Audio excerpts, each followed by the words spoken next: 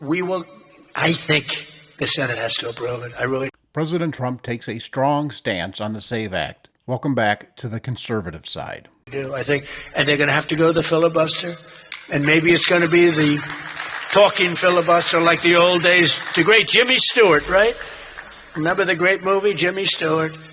But they have to get it done, because if we don't get this done, if it takes you 6 months, I'm for not approving anything. Donald Trump growing more impatient by the day, issuing a new ultimatum to lawmakers on Capitol Hill.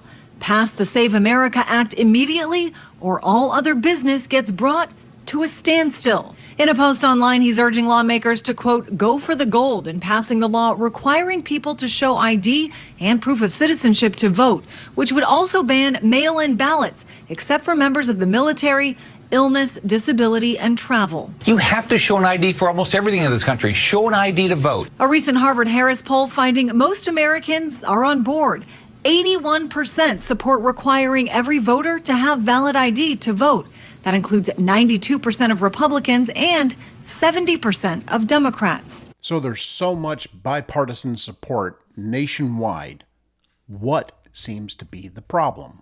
What are the Democrats really afraid of? Isn't our representatives supposed to represent the American people? There are millions of illegals that have recently entered the country during the Biden administration. This is a grave concern for most Americans. We believe that our vote won't count because it's going to be overridden by illegals illegally voting. While 50 Republicans support the bill, 60 votes are needed to pass in the Senate, with talk of bringing back the talking filibuster to force those opposed to stay on the floor for hours to say why. The Democrats will be against it, but we've got some free-range chickens on the Republican side, and we're going to have to go gather them up. If you're one of the 50% of Americans who doesn't have a passport, or if you're one of the tens of millions of Americans who can't quickly access your birth certificate, the SAVE Act would, in effect, take away your right to vote. I hear Chuck Schumer's argument,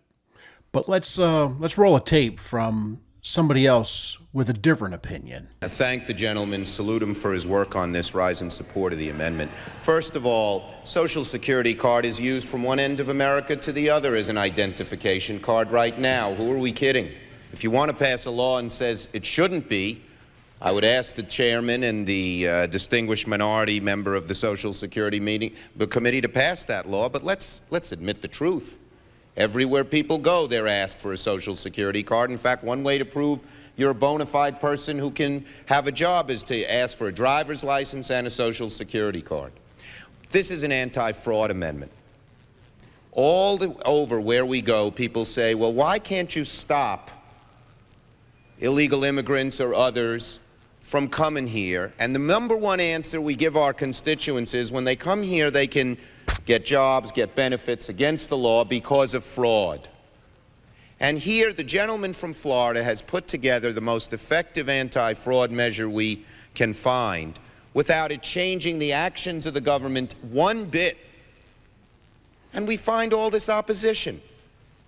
Ladies and gentlemen of this chamber, what I worry about is that this bill, which started out with good intentions, whether you agree with it or disagree with it, is going to end up being the same kind of thing that the public gets angry with us on.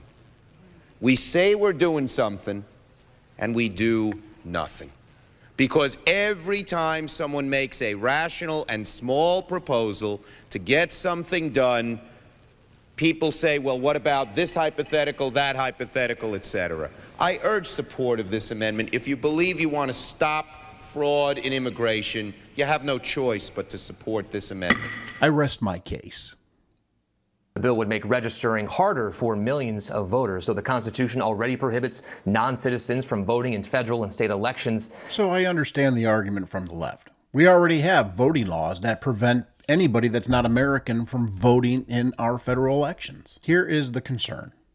During the Biden administration, over 11 million illegals crossed the U.S. border. Only 2 million of them have either self-deported or have been caught by ICE and deported from our country. That leaves 9 million illegals still in our country. And out of those 9 million people still here, they kind of got used to having a gravy train of benefits. And what would you do to protect those benefits? Maybe try to cast a vote illegally so that you can get the Democrats back in power and keep the money coming in? The desperation from those here illegally are pretty high. It's a do or die situation. Either cheat on the election, risk getting deported back to the country they came from. 83% of Americans want some sort of law to help protect the vote, to keep anybody that's not American from voting. So what's the problem then? I believe the Democrats are counting on the illegal vote. Remember Doge and how much fraud, waste, and abuse we discovered? Democrats are not honest politicians, if there are any at all. But what can help is that everybody in America that can vote does vote. Make sure you get out and vote.